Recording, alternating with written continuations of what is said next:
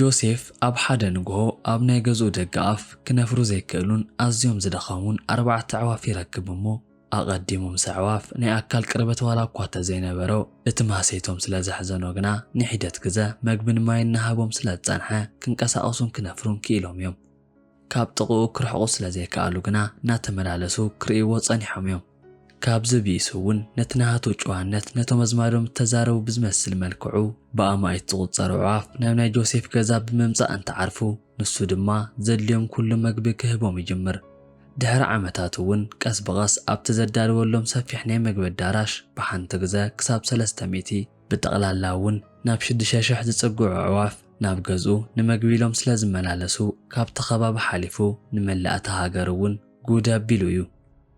ኣቐዲመ ሰላምታይ ኣብ ዘለኹም መብጻሕኩም እናበልኩ ነዚ መደብ ክሳብ መፈጸምታ ንኽትከታተሉ እናዓደምኩ ላይክን ሸርን ብምባል ድማ ናብ ኩሉ ንክባጻሕ ደገፍኩም ግለጹለይ ክብል ፈቱ።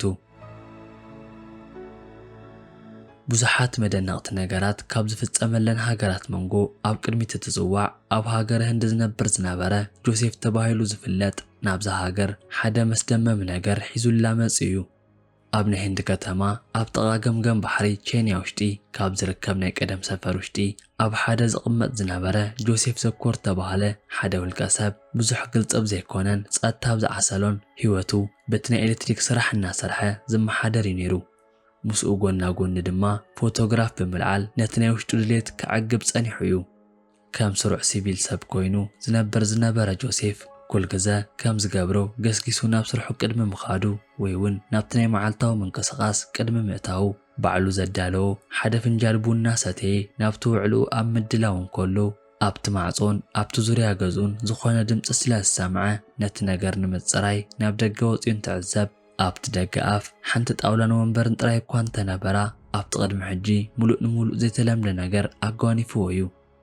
ኣብቲ ዝነበረ ወንበር እውን ሓደ ሰፈር ዒፍ ምስ ጽቡቓት ቆጽለወት ኣዕዋፍ እንትዕዘብ ኣዒንቱ ክኣምን ኣይከኣለን። እዚኣቶም እውን ኣዝዮም ጽቡቓት ዝኾኑ ኤሜራልድ ቆጽለወት ፓራኬታ ምዃኖም ዕዘብ። እዚኣቶም ኣዝዮም ንኣሽቱ ዝኾኑ ኣዕዋፍ ናይ ምሕሳብ ክእለት ዘለዎም ኣዕዋፍ እንትኾኑ ንምንባር ኣዝዩ ሙቐት ዝኾነ ጸባይ ኣየርን ጽሩይ ሰማይን እዮም ዝፈቱ።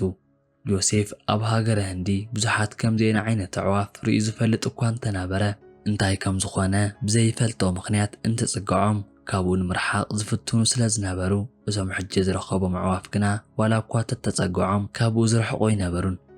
ንሱ እውን ኣዝዩ ተስደሚሙ ንምንታይ እናተጸግዖም ክነፍሩ ዘይከኣሉ እናበለ ብምሕሳብ ናብቲ ንፈለማ ግዜ ክረኽቦም እንከሎ ዝነበረ ናይ ስምዒት ወቕቲ ክዝክር ይጅምር። ሓደ ኣዕዋፍ ሰባት እንትጽግዕዎም ንርእሶም ክጥንቀቑ ምርኣይ እምበር መብዛሕትኡ ግዜ ዘይጭነቑን ደፋራትን እዮም ነይሮም። ኣብዚ ሕጂ ጆሴፍ ነዚኦም እንትሪኦም ንእሽተይ መግቢ እንተሂበዮም ክነፍሩ ይኽእሉ እዮም ኢሉ ብምሕሳብ ንእሽተይ እውን እንተኾነት መግቢ ንክህቦም ይሓስብ።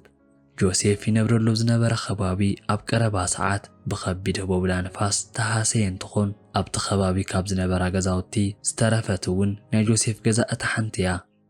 ኣብዚ ሓደጋ ሰባት ከይተረፉ ህይወቶም ክስእኑ ከለውን ብዙሓት እንስሳ እውን ትጠፉ፣ ብዙሓት ገዛውቲ እውን በሪሶም እዮም።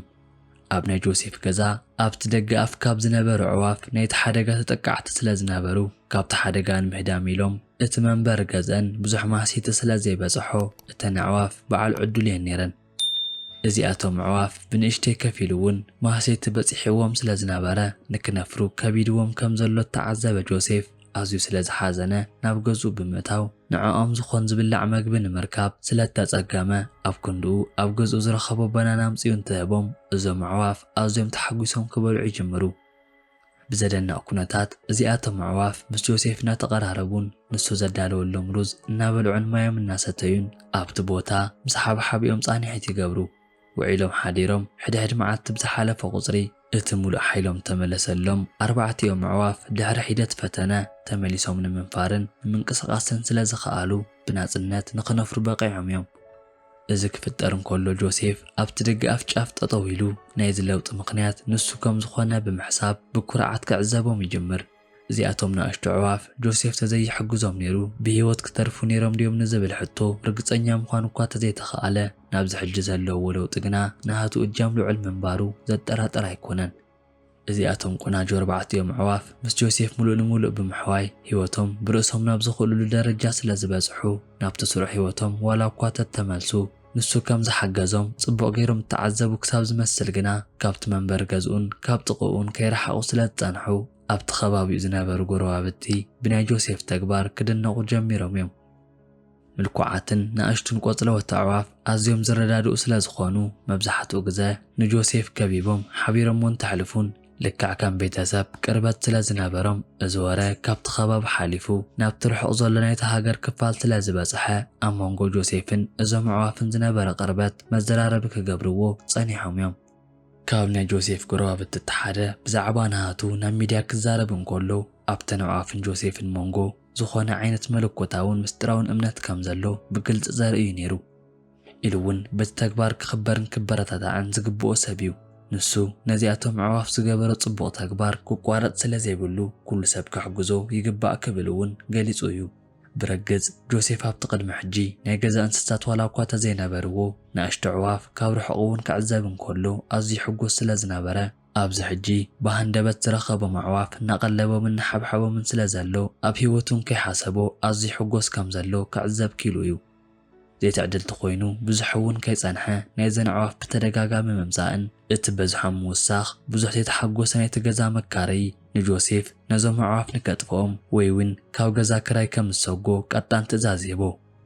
እዞም ኣዕዋፍ ሓደ መዓልቲ ንግሆ እንትመጹ ሓደ መሕዘንን ነገር ስለ ዝረኣየን ናይ ጆሴፍ ገዛ እውን ከምቲ ናይ ወትሮ ዕሙር ስለ ዘይነበረን መግቢ ስለ ዘይገበረሎምን ንነዊሕ ሰዓት ኣብቲ ሓጹር ናይቲ ገዛ ኸቢቦም ጆሴፍ እንትዕዘብ ኣዝዩ ሓዘን ተሰሚዕዎ እዩ። ንሱ ነዞም ኣዕዋፍ ብምሕጋዝ ካብቲ ወዲቖሞ ዝነበሩሉ ኣልዒሉ ናብ ከምዚ ደረጃ ከብጽሖም ብምኽኣሉን ብርእሶም ንኽነብሩን ገይርዎም እዩ። ጆሴፍ በቲ ናይ ገዛ መካረይኡ ከይተሰማምዐ ንሱ ክሳብ ዝኽእሎ ናደገፎም ክጸንሑ ብምሕሳብ ነቲ ገዛ ገዲፉ ንምኻድ ስለ ዝወሰነ ነዚ ዝሰምዑ ናይቲ ከባቢ ነበርቲ ቼሚ ድማ ኣዝዮም ይፈትውዎ ስለ ዝነበሩ ሓዚኖም እዮም። ጆሴፍ ድሕሪ ተወሰነ ቅነ እውን ኣብ ካልእ ገዛ ስሩዕ ህይወቱ ምምራሕ እንትጅምር እቶም ናይ ቀደም 4 ኣዕዋፍ ጥራይ ዘይኮኑስ ብቁጽሪ ብዙሓት ዝኾኑ ናብቲ ሓድሽ ገዝኡ ብምምጻእ ክረኽብዎ ክኢሎም እዮም። ጆሴፍ ካብቲ ሓንቲ ጣውላ ንላዕሊ ገይሩ መግቢ ንክህቦም ብምሕሳብ ዓቕሙ ብዝኸኣሎ መጠን ንምግባር ይሓስብ።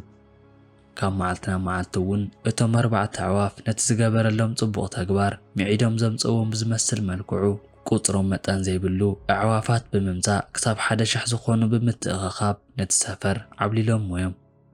ቁጽሮም እናበዝሑ ይመጹ ከም ዘለዉ ተዓዘበ ጆሴፍ ደኺሙንን ከይበለ ዘልዮም ኩሉ እናቕረበ ኣዝዩ ክሕበን ይጅምር።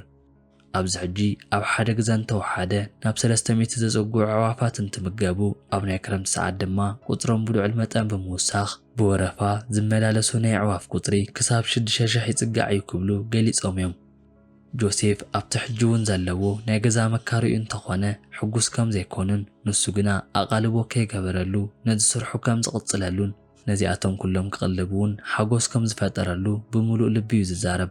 ካብኡ ሓሊፉ ነቲ መላእ ከባቢ ብጽቡቕ ተግባር ዘጸውዐ ጆሴፍ ንሱ ዝሕብሕቦም ኣዝዮም ጽቡቓት ኣዕዋፍ ብጅምላ ኣብቲ ገዝኡን ሰፈሩን እንትነፍሩ ኢሉ እውን ውሪዶም ነቲ ዘዳልወሎም በሊዖም እንትኸዱ ስለ ተራእየ ናይ ብዙሓት ሰባት ኣቓልቦ ገዚኡ እዩ። ቀፂሉ እውን ጆሴፍ ንዓመታት ዝኣክል ብዘይገለ ሓንቲ ደኻመን ምስልቻውን ብዝገበረሎም እዚ ኩሉ ሕብሓበ ከምዚሎም ንክእከቡ ምኽንያት ስለ ዝኾነ ንሱ እውን ናይ ቼኒ ናይ ኣዕዋፍ ኣቦ ዝብል ናይ ሳጓ ስም ንክወሃቦ ገይሩ እዩ።